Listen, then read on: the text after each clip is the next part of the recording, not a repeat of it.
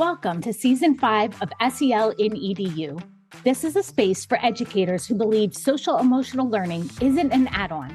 It's part of how we teach, lead, and show up every day. I'm Dr. Krista Lay, and in each episode, we'll explore real stories, practical strategies, and the human side of learning that helps schools grow with intention. I'm so excited to introduce Trevor Conde, a high school social studies teacher whose approach to teaching is deeply human, wildly intentional, and quietly brilliant. I met Trevor last year and was immediately struck by how naturally he weaves social emotional learning into U.S. history through routines that build safety, structures that build agency, and lessons that help students see themselves in the story. In this conversation, you'll hear how he designs learning with a balance of routine and novelty, why self-awareness is a core thread in his classroom, and how SEL, social emotional integrated learning, shows up in real, practical ways. If you've ever wondered what it looks like when SEL isn't an add-on, but simply how a classroom works, you're going to love this one. Hello, SEL and EDU family. I am incredibly excited to be back again with Season 5. And this season's focus is going to be more conversations with educators who are doing the work in the classroom. Last year, I got to meet a high school social studies teacher, Trevor, and was just blown away with his approach to SEL and the way that he sees patterns. I was so excited to have you come on and that you agreed to this because you have a natural way of infusing things. Thank you for your time today. I'm so excited you're here. Thank you. Yeah, very excited to be here. I know getting to meet you through some of the programming at our school where you've helped train our teachers in implementing SEL practices into their curriculum. It was just something that forced me to be a little bit more creative, a little bit more purposeful with things I was already doing, but also in many ways gave a name to it and gave a structure for both the language, the terminology, and also just that validation that, yeah, there's a reason why I do these things. There's a reason why I approach lessons in this way, because it's building kids in these areas that we want them to be strong, whether it's relationship skills or self-awareness or all of the facets of what can go into great SEL implementation. Yeah.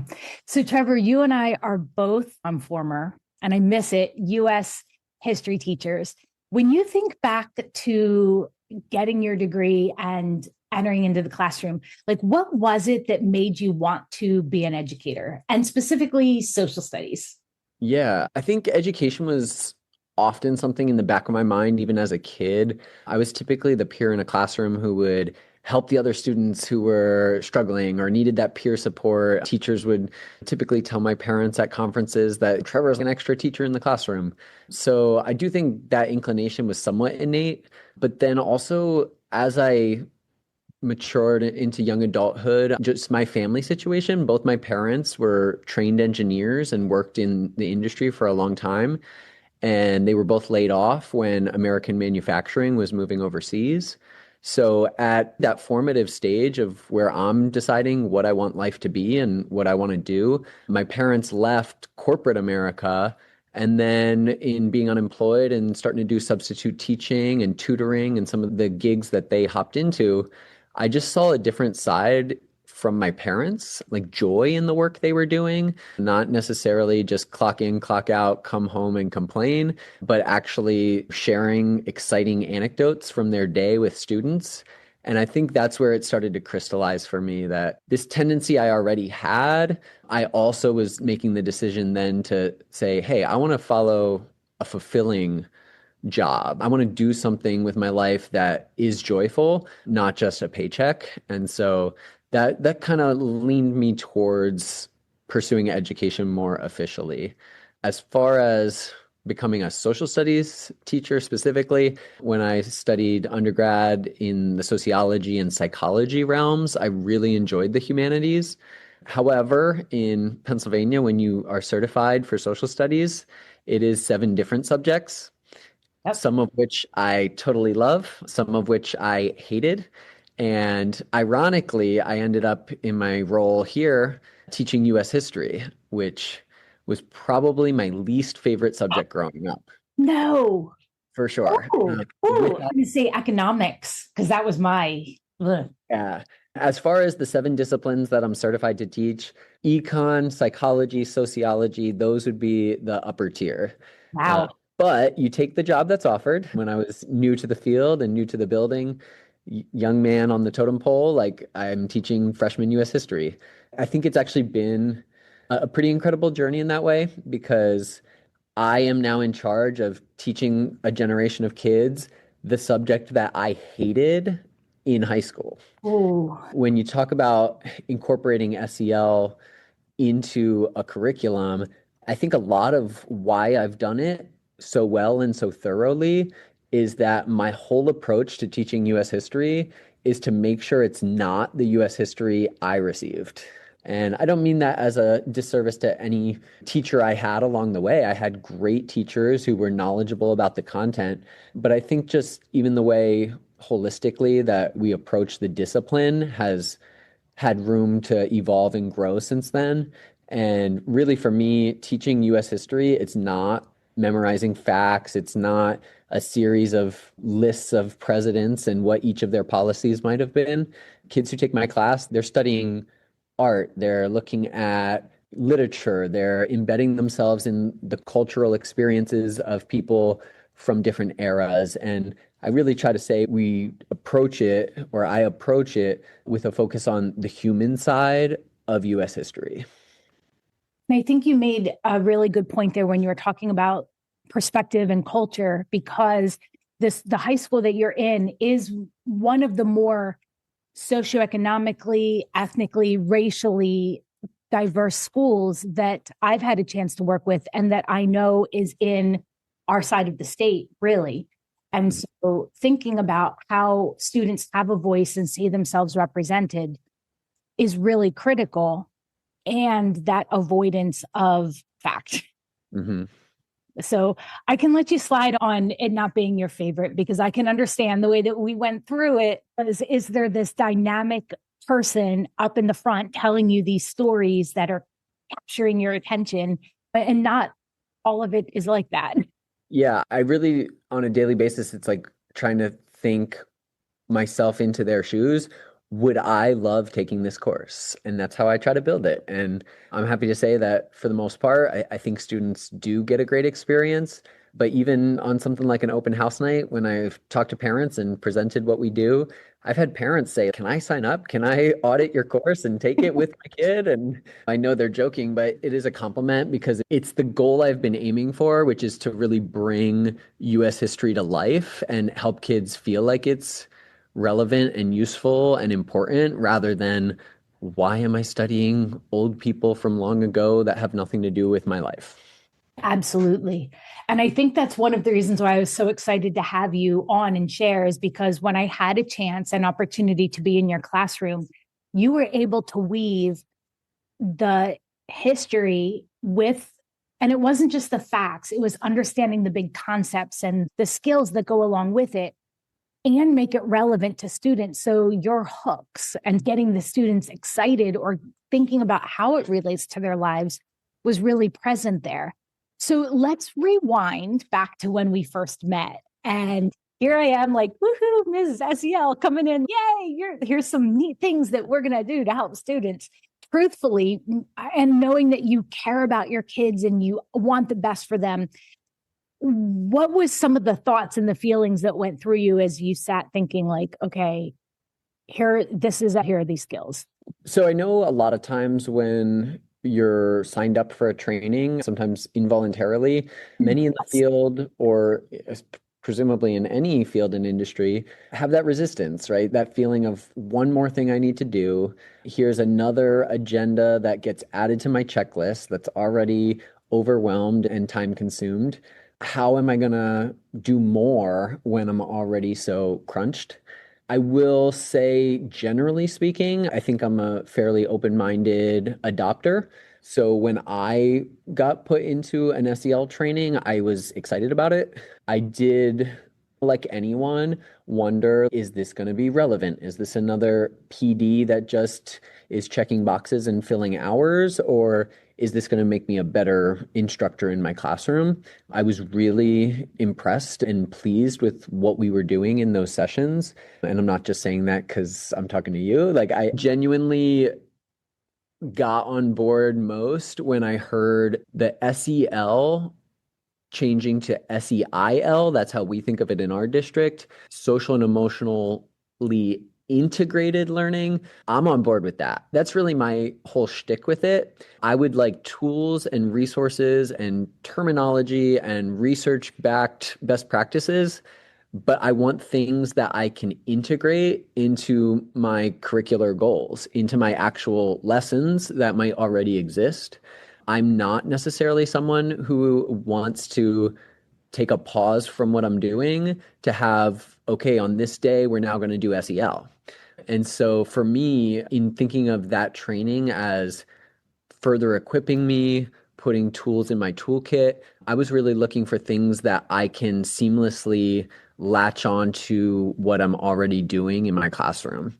I feel like I have every day accounted for in a semester, and there's not a whole lot of extra time lying around. So I need things that are efficient for that reason, but also from a core belief. I want my activities, I want my student development to feel natural. I want it to feel connected to what our other agenda might be, what our course goals are. I don't want the kids to feel like, oh, on some days we do US history and on other days we do SEL, because I want them to be blended and integrated in an authentically valuable way.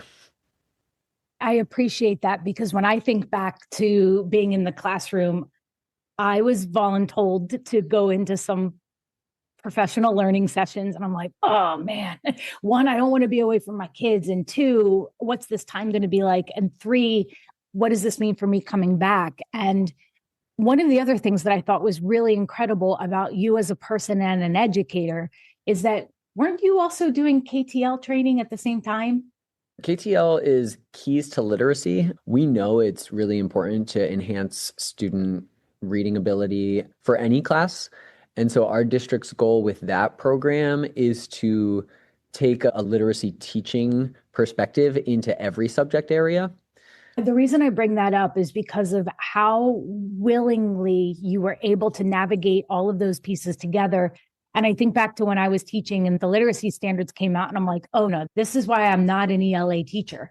I'm not doing this. And it came from a place of fear, not having confidence in myself. And when I became an instructional coach, I worked with the ELA teachers to bridge that gap. And it was, how could I contribute? I don't have to do it to the level that an ELA teacher does, but I do have a role to play. And that's how I started looking at SEL with all of the teachers. We all have a piece that we can be using. When you started putting these pieces together, I'm curious which SEL skills naturally seem to rise to the top for what your students needed socially, and what was a natural fit for your classroom culture? Sure. I don't necessarily have a hierarchical order of my thoughts and advice here. So more just what's coming to mind first is the self-awareness. I know that's one of the big categories for the skills and the things you're trying to help students develop. But self-awareness for me, I've always been someone, I did study sociology, psychology, who puts a high value on metacognition. And so even before being trained in SEL practices, I was constantly talking out loud to my students about thought process, about cognitive planning and small things, big things, you name it. I'll consistently start the week by having students think about what we're trying to accomplish this week. I'll consistently start class by trying to describe what we're trying to accomplish this class. And then I'll talk through, here's a few barriers that I anticipate we will face. I know that we're in a time of year in the second marking period where there are holiday breaks. Can we step back and admit that anytime we get out of our routine, it can be a challenge to learning? So you're going to go away for 2.5 weeks. You're going to come back and we're going to take a final exam. I'm not sure that is an ideal scenario for learning. It may be ideal for our personal lives, and we deserve that time away. But if you're thinking purely about academic achievement and about the things you're trying to learn and show on an assessment, I don't know that a semester with a Thanksgiving break followed by a winter holiday break, I'm not sure that's an easy marking period for our kids. So having those conversations and just talking through that mental cognition side of things with kids consistently, I think is something I always valued. But now there's a name to it, right? Now the SEL skill is self-awareness, recognizing what are the challenges ahead of me this week? What are the challenges ahead of me this month? When students are successful on things, talking through the success they've had. Why were you successful? You got a great grade on that quiz. What was it that you did this week that helped you feel prepared for that task? The tasks themselves are obviously important. That's why we're here. That's what we're doing. But are we having conversations about the tasks? Are we thinking through our approach? Are we discussing hurdles, help, supports, the various things that are in place that are more process oriented rather than result oriented? Where are you seeing some of these other entry points that have really worked for your students to get them thinking about skills? Yeah, so a couple of things come to mind there.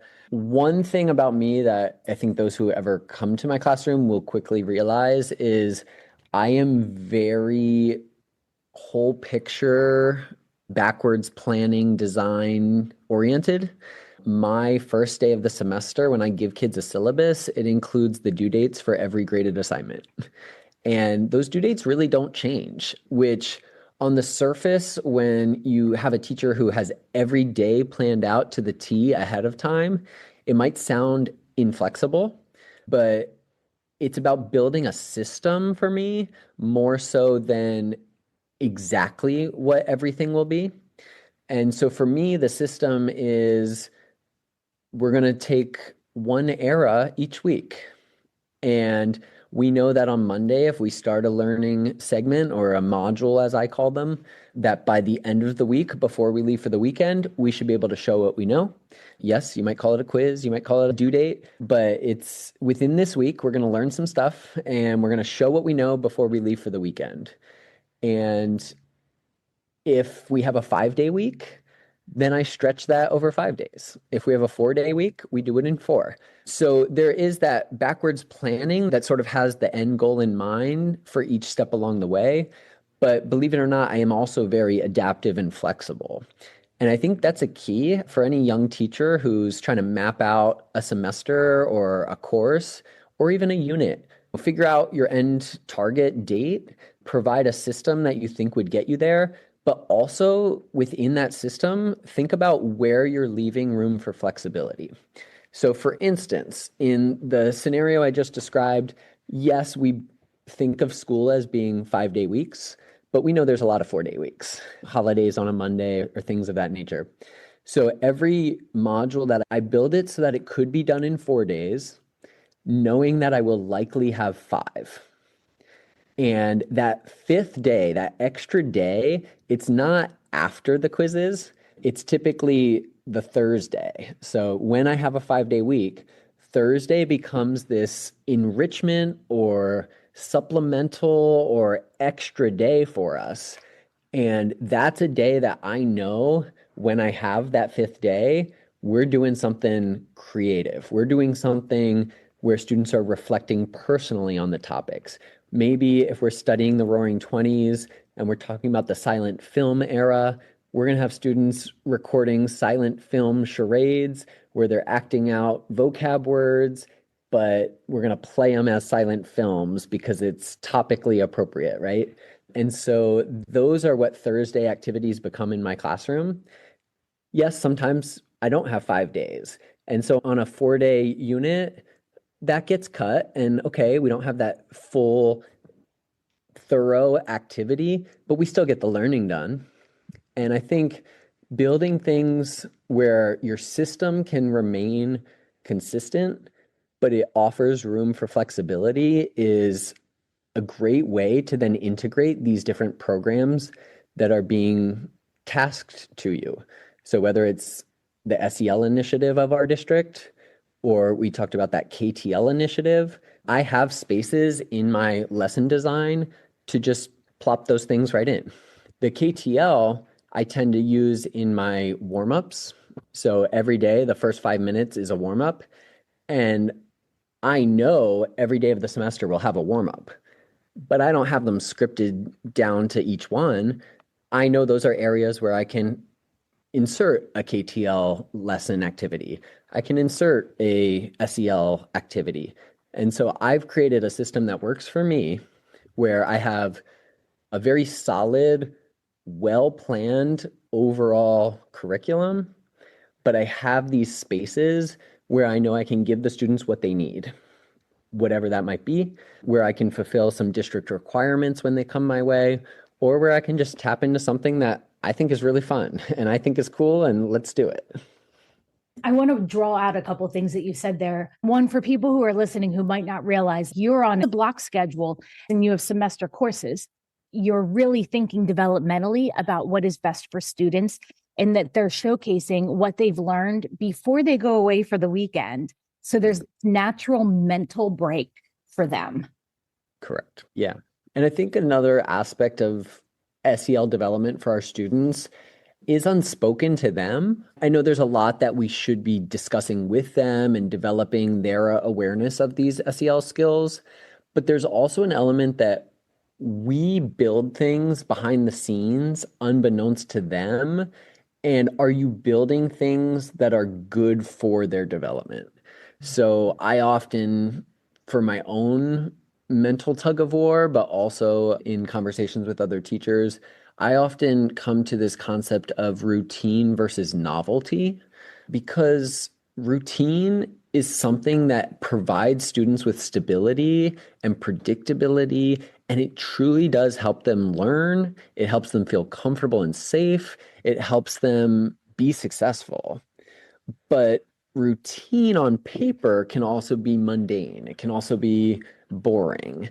So you have the vision of a teacher who is this firecracker, whirlwind of energy, who can draw the students into these amazing storytelling moments and who can just bring things to life. There may be a lot of novelty, but as far as structure, perhaps there's something missing, right? And it is a tug of war. I think it really needs to be a balance, that your classroom routines are solid so that things are efficient, so that students are able to learn a volume of content. If every assignment my kids did was brand new instructions, they would spend a lot of their time learning instructions. Whereas what I try to accomplish is a set of very routinal lessons or units. My students know in each of the 12 eras we study, they're going to have a list of 8 vocab words. They know in each of the 12 eras, they're going to have a list of 5 key contributors, the 5 people they need to know about. They know they're going to have to understand 5 events in a sequence, and that they're going to be responsible for analyzing 3 primary sources in that era. So there's so much unnegotiable set of requirements in a way, but how we approach it throughout the year can still bring those things to life in exciting ways. So it's not a matter that unit 1 for my course looked like this, and unit 2 is a whole different ball game. And now that you just learned the rules for how we do things in unit 1, guess what? None of those rules apply. We're going to approach learning in an entirely different way as we transition to unit 2. That's not what I'm trying to do. So for me, it's about building routines, but building them with purpose, making sure if I'm going to commit to doing something 12 times in a row by moving through 12 eras, it's got to be really good. It can't be a sloppy, thrown together concept. It's got to be something fantastic that is useful and enjoyable for students to do 12 times. And I don't know if I always get it right, but that's the thought process behind what I'm building for them. And all of that is simply to say that for students' social and emotional well-being, they need a balance of routine and novelty. And I think teachers would do well to really think hard about what their personal balance is going to look like when you're building a course. A lot has to do with what system you're working inside. You're thinking about, are they physically, emotionally, and psychologically safe so that they can experience the novelty with joy? And if you'd allow elaborating on just some of the practical things I do to find that balance myself, one of them is the physical structure of my classroom. I want students to be on task and to be aligned with my goals at all times, but I don't think it's necessarily ideal to sit in an assigned seat for 90 minutes. So when my students come to class, they own the first 5 minutes. It's like a known thing, and I've developed that with them and coached them. So when the bell rings, class has absolutely started. There is a goal, there is a task, but we call it the bell ringer task in my room. A lot of teachers would call it a warm up or a do now. They grab that sheet on their way in, get the materials they need, and they are allowed to go anywhere in the room that they want. They are expected to be with their perch group, which means you're not going to an assigned seat. You can land at whatever perch you would like, but you are with a core group of people that is consistent day to day. And almost all of my bell ringers are designed to be collaborative. So this perch group of 3 students should be working through the concept together. And it allows them to stand over by the windows or perhaps to sit on a couple of the sofa chairs in the back. Many will end up in desk seats, but they might not be in their personal assigned seat during that time. I also coach the students, like, you own that time and it feels like a reward to them, but it also comes with some responsibility, or what you might call responsible decision making in your program, that there's a 5-minute task and that clock's ticking down and it's going to buzz. And when that timer goes off, you then are going to be at your assigned seat and you're going to be ready to share because you had 5 minutes to prepare for the conversation we're about to have whole class. And so students using that both for skill development, it's a place, those 5-minute assignments, I can insert KTL, read this paragraph and summarize it in your own words. But I also coach them through using that time in a relationship skill model of collaborating with others and supporting each other and helping each other be ready for class and helping each other have something to say before you're going to have to say it in front of the whole group. And then my students they're at this point in the semester, we're in December, they're great with it. The timer goes off. I more or less don't even say anything. And everyone within 20 seconds is in their assigned seat, ready to go. They're ready to share. They've already thrown their idea off of a sounding board with their classmates before they would have to speak it to the whole room. And when it's not an ideal bell ringer day, that's okay too, because I can then talk through that with them. There's times where during the bell ringer, they were supposed to think of another important event from the era that they might want to add to our list of events. And when we start the conversation, it's crickets. And I can use that with my typical build you up mindset, ever attack my students, but just offer that little bit of a critical lens of, hey guys, like, this conversation died off pretty quickly.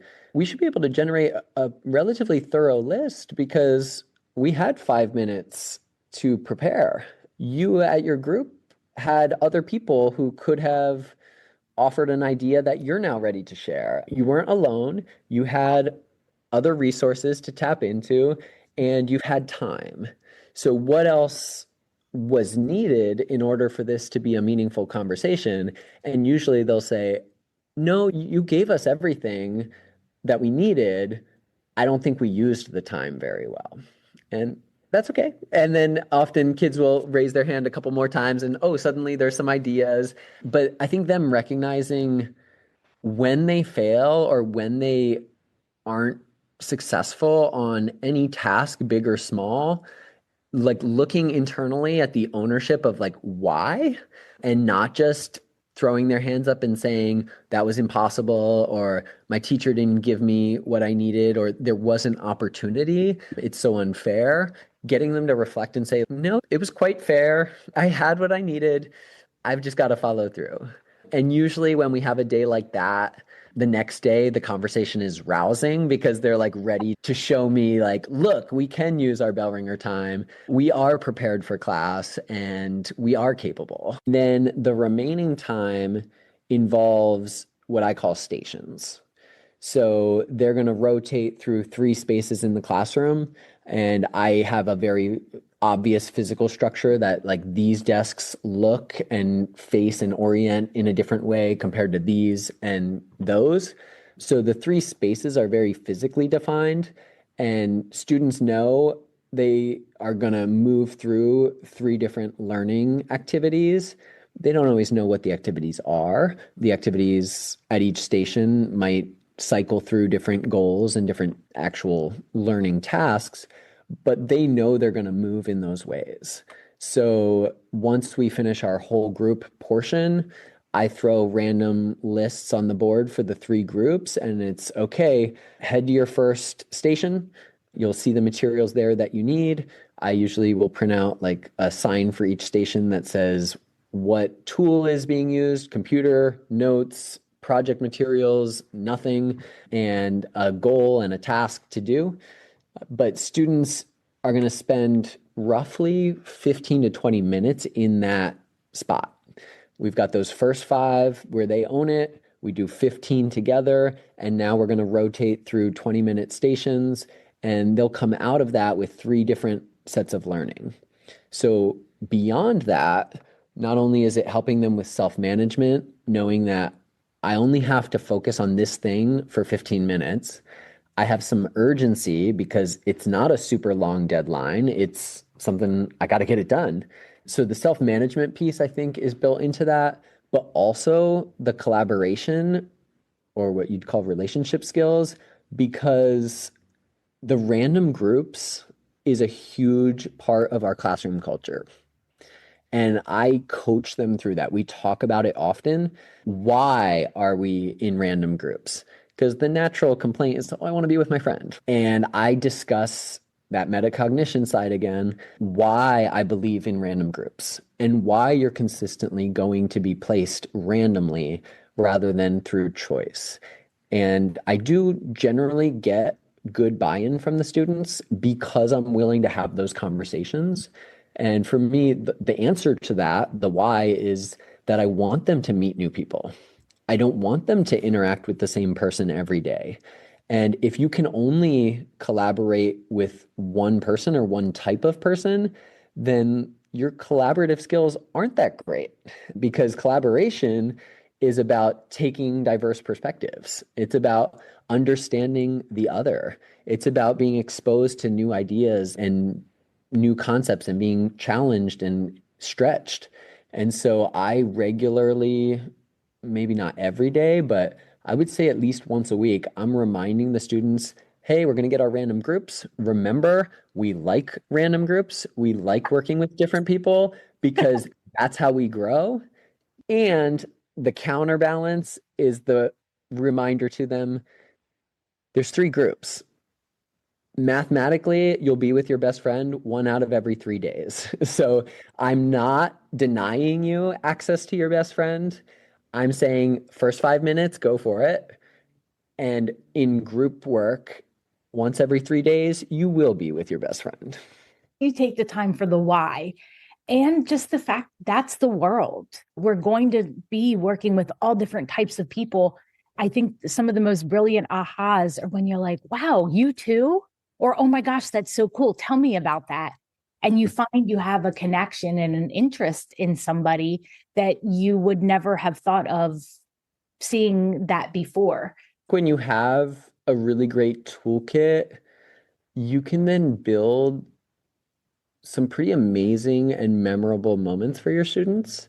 I don't want to let it go by without mentioning a few of those really special moments that my kids have had this semester. I think one of them is what you were just describing, the random group who turns out to work really well together and be like, wow, we could be fast friends. I saw that just this week. I saw students working on a group project together where I had chosen the groups. They were super dynamic and mature in their conversations. But I know, at least from my perception, these two kids aren't best friends. Like they probably never talk to each other outside of this class. And so on their way out the door that day, I said, hey, I have a missing item from the civil rights group. Can you guys come over? I just need to check in with you about that, which I didn't. But those kids were able to stop by. Everyone else had exited the room. And I could just have that moment to say, hey, guys, I just want to let you know, like, I'm so proud of the conversations I'm hearing during your group work. And I just think you guys have taken a task that many aren't excited about, being put with someone random, and you've made the most of it. And I don't know if you guys will ever talk again after this project, but the conversations I've heard during this project have just been so wonderful. So having moments like that where you see the rewards of pushing kids or stretching them and that it was worth it, like just for that moment alone. One of the things I sometimes joke about, but believe, is that my superpower is being able to take anything thrown at me and tie it right into my curriculum goals. Morning routine at the building allows students into the building early, especially during these cold months, but we don't necessarily have the building staffed and monitored because contractually teachers don't start till a certain time. And so there's a few of us who have volunteered to occupy the first floor and hold down that space and provide supervision so that kids can be indoors. And every day while I stand there, there's blank walls in some of those spaces. Students are more or less told that they are allowed in the building, but you got to stay right here, stay in this corner, stay in this stairwell, like hang in these relatively limited spaces. And I was just staring at this blank marble wall for 3 months and was like, I gotta figure out something to put up there. And meanwhile, it's also Thanksgiving week. And in my course, we happen to be in our civil rights unit. So I'm like, I've got all these things in my head of some random goal downstairs and the holiday that's coming up, and we have our unit that we're working through. And I was able to, off the cuff, develop a project that asked students to explore a civil rights leader that they are personally thankful for. And initially, it's, what do you mean? Like personally thankful? But building a project that makes sense in our course goals and also allows that reflective moment around that holiday produced something really cool. So students had to research a civil rights leader. I coached them through perhaps choosing someone relevant to your own interests. If you're a female student and you feel like the feminist movement is something you're thankful for, let's look up and research some of the icons of that movement. If you're a student who perhaps values the progress of our queer community and some of the groundbreaking pioneers who have allowed society to become what it is in that realm, maybe you're looking up a civil rights leader in that ilk. If you're a student from a minority background or from a religious minority standpoint, is there a leader who's really helped people in a way that you identify with? So coaching them through that and getting them into groups and working and still targeting a lot of the skills that we do curricularly. So you need to identify a meaningful quote from the person. I need you to reference 3 significant events from their life in a biographical sense. What is an impactful accomplishment of their career, and can you summarize the historical significance of that moment? And then lastly, getting them to do the reflective statement, that personal element of, I am thankful for Betty Friedan because, or I am thankful for Cesar Chavez because. And the output, which was, believe it or not, this was one day, like one day of class. It was that Thursday I talk about, that one extra day that I have in my curriculum. And students got from the initial brainstorm all the way to a final product in one class day. And then we were able to print out their projects and tape them all over the wall downstairs. And for the last few weeks, there's been a display in the lobby, which is thankful for civil rights. And it's got a variety of leaders. And aside from coaching them through how to come up with someone, I didn't control who they chose. And random people who have walked by that display have commented how it's so cool seeing the variety of people, that not just your standard MLK, Rosa Parks, and JFK, but really running the gambit and students connecting to all sorts of different civil rights leaders. There was a student who put Bill Russell, famous NBA basketball player, that even to my knowledge, like I wouldn't have necessarily jumped to him as a civil rights leader, but you read about his story and his impact and what he did off the court, and you realize, oh my gosh, absolutely, civil rights leader for sure. And so it was a really cool moment. Sometimes we think creating those moments is going to take so much time and so much effort. I promise it was one day, and it wasn't even really a tangent. It was the lesson we were working on. It was the civil rights movement, which we were already embedded in.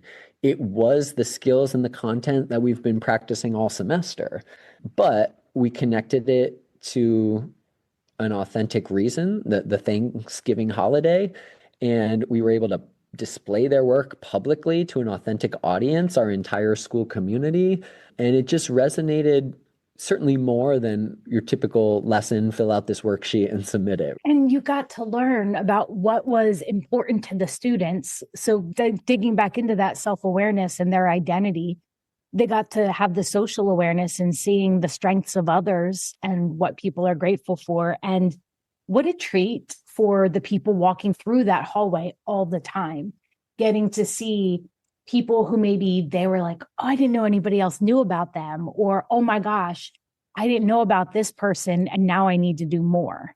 The impact has this enormous ripple effect. And I'll just share one more thing. Another piece of the puzzle for me, and each teacher certainly can decide where they stand on technology, but another piece for the puzzle for me in how I approach SEL is getting kids off the computers. Not holistically. There's a lot we do in my classroom that is on the machines, but I carve out, there is absolutely one day every week where they will not be on the computer during my class. It's typically Monday, just from how I build my routines. So you've heard from me that I have this plan for each week, and Thursday is that bonus enrichment, like typically more exciting day. And Monday in Mr. Conde's class is no computers.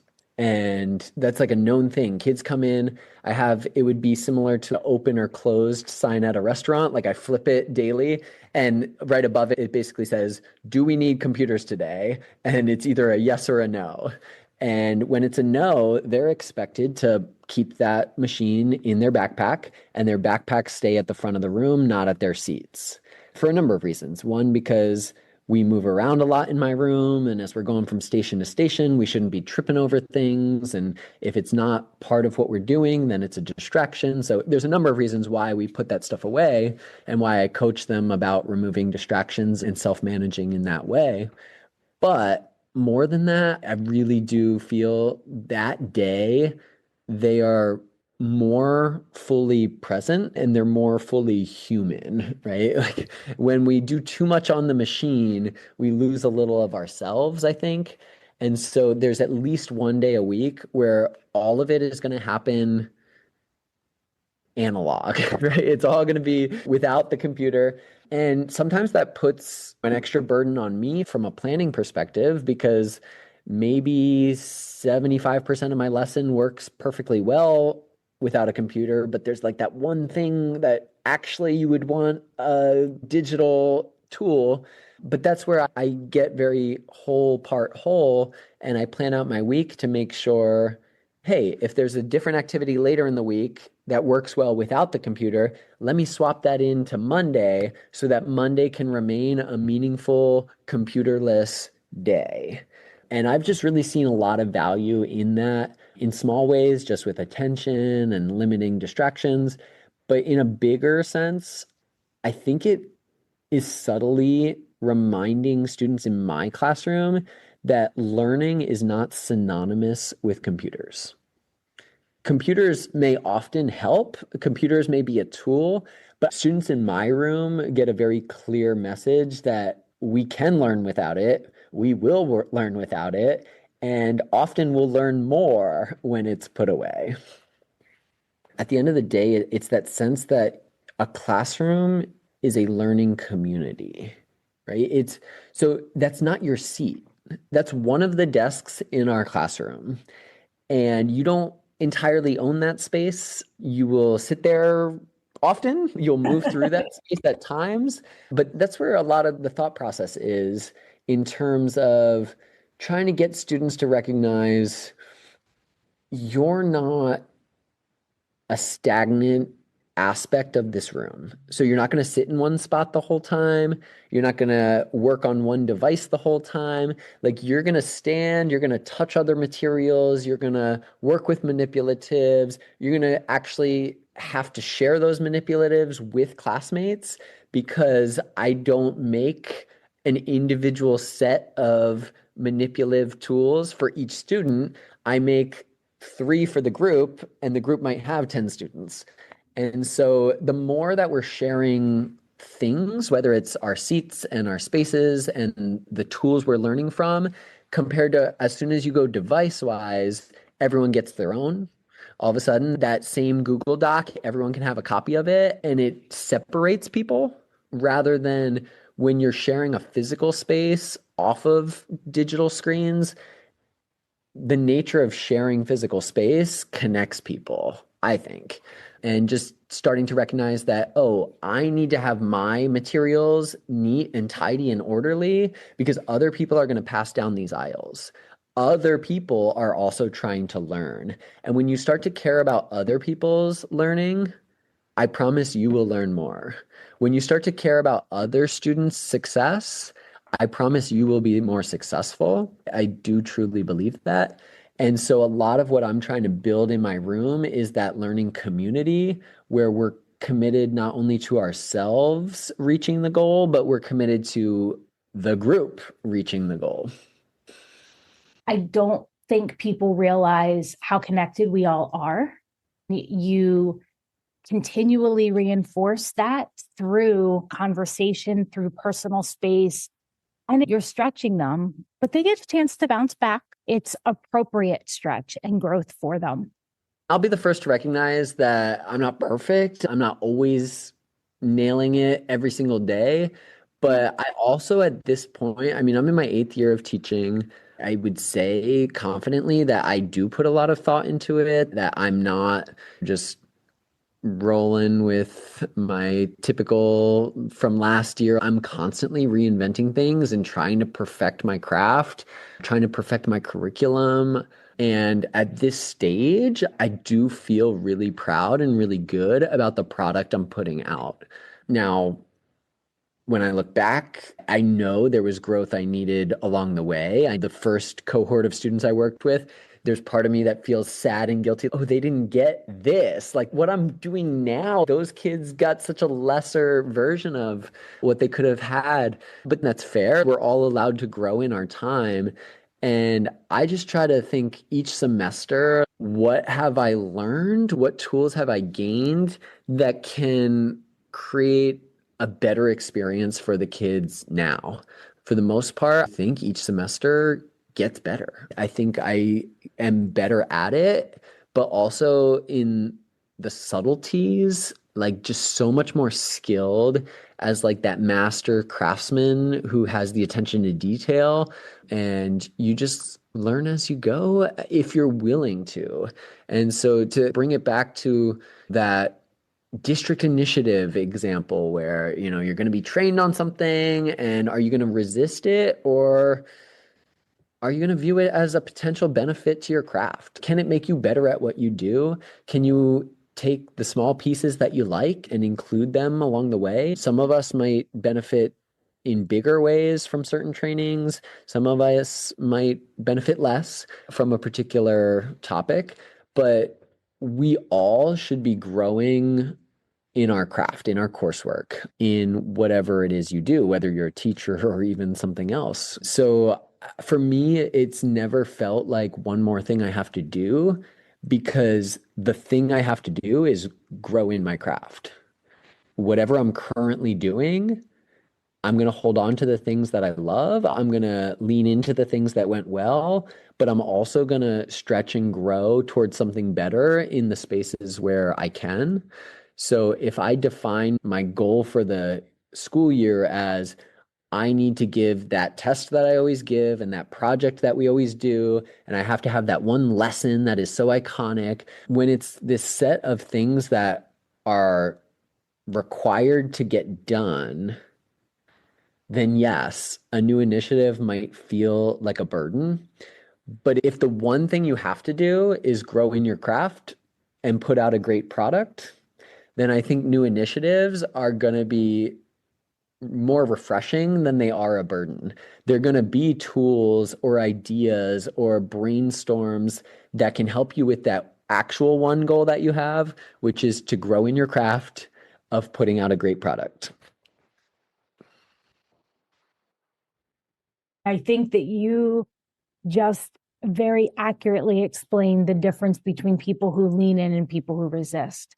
Would you want to share it in case there is somebody who's listening who's, you know what, I'd like to run a couple ideas by him or talk more, learn more? No, I'm a nerd to heart. I love having conversations and collaborating and discussing education with people. You're certainly welcome to reach out and get in contact with me. You heard my rant about getting off devices. So in line with that, I will say I don't have any social media handles. I do have an email, and at a personal level, I connect with people and am happy to converse, but you won't see me putting out any blogs or teacher websites, or I don't have a profound presence online by any means. My email handle as a teacher here in the Bethlehem area school district, my first name is Trevor, so T Conde, Conde, at BASD schools with an S.org.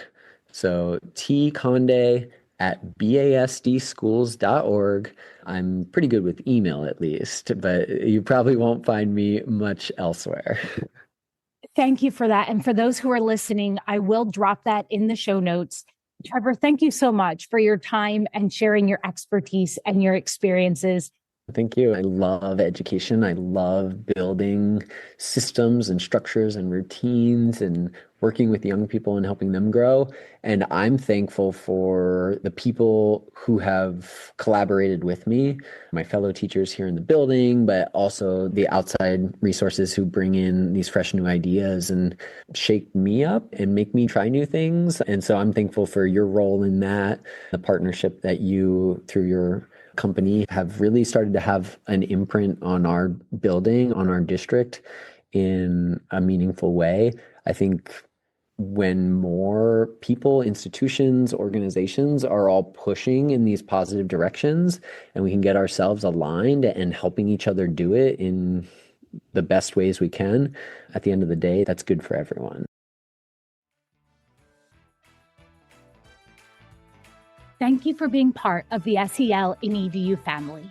As you move into the rest of your day, I invite you to notice one small way social emotional learning showed up in your thinking, your relationships, or your work. Until next time, take care of yourself and keep making space for meaningful, connected learning.